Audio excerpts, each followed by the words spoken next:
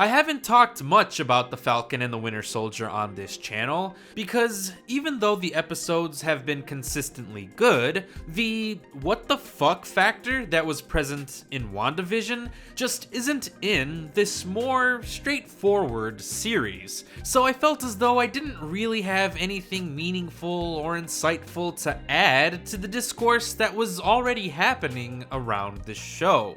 But episode 4 is easily my favorite episode of this series, so I thought I'd just share my 2 cents. I love how grounded this show feels. I said the same thing about episode 1, but this series does allow us, as an audience, to get to know these characters more intimately. At this point, I feel like I know more about the lives of Sam Wilson and Bucky Barnes more than I ever really knew about the life of Steve Rogers as a person. And the same goes for the antagonists of this series. Yes, I love and totally believe that Baron Zemo would tear up a dance floor after tearing the Avengers apart. Because why wouldn't he? He's no longer on his vengeful quest. He actually succeeded his vengeful quest, so why not show us the other sides of his personality?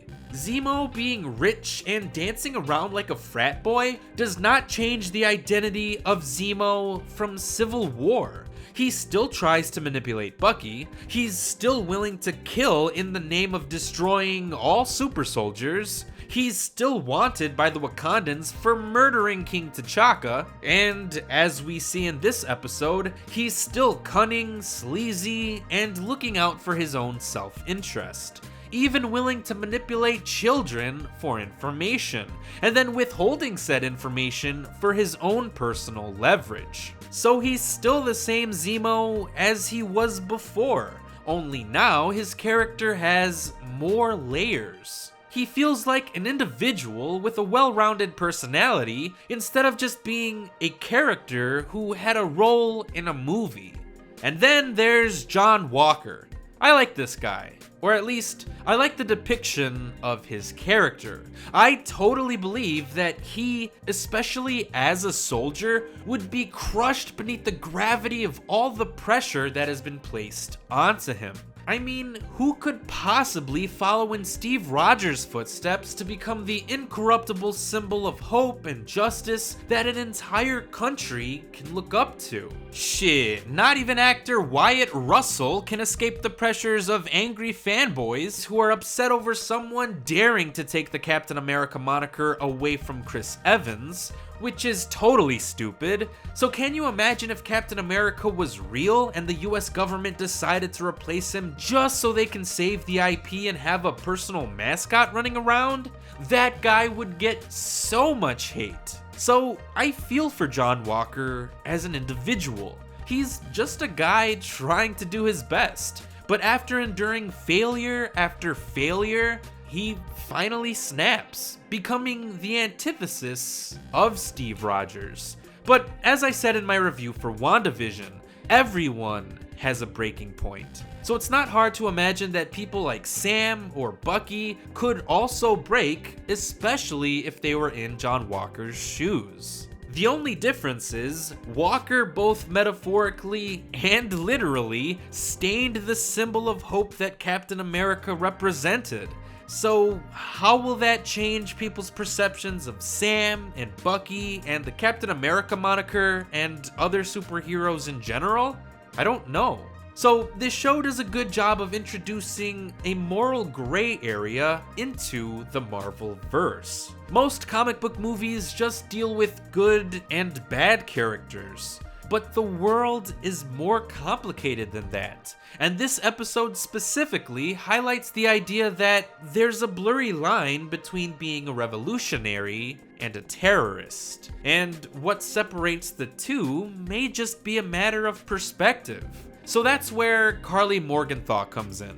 She's set up to be a major villain, but she is actively helping displaced people who are in need, people who have been let down by societal institutions. She may have killed other people along the way, but Sam and Bucky and even Steve Rogers have all killed before, all because they were fighting for what they believed to be the right thing. So where does that leave Carly?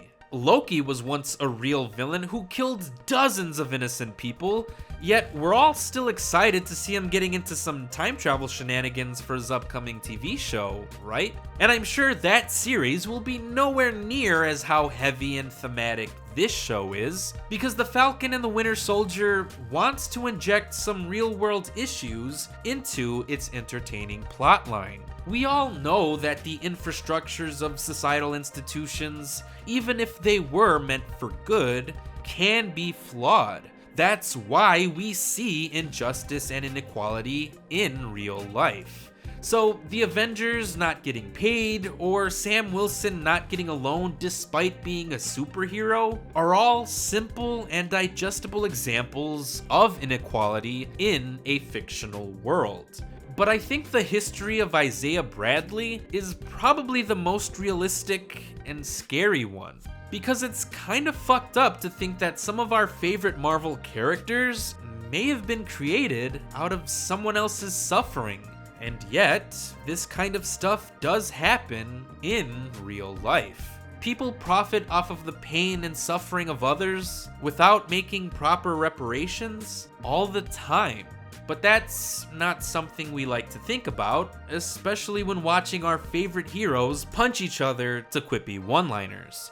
So, I admire the Falcon and the Winter Soldier. I appreciate how grounded and gritty it feels. And I especially liked the serious tone of this episode in contrast to the light, buddy cop feel of the previous episodes. Because I personally never cared how Spider-Man Far From Home just glossed over the catastrophic blip as some sort of inconsequential joke. So I'm glad that WandaVision and this series are taking that event as something that would create massive psychological and societal problems. And I'm glad that the showrunners are using this platform as a means to introduce real-world issues into an otherwise fantastical franchise.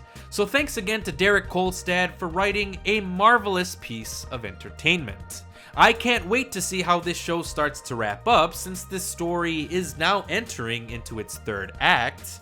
And if there's anything major to talk about, which I assume there will be, I'll be back next week with another video. Hopefully a shorter one, so I won't feel too lazy to actually film myself. But until then, thanks for watching.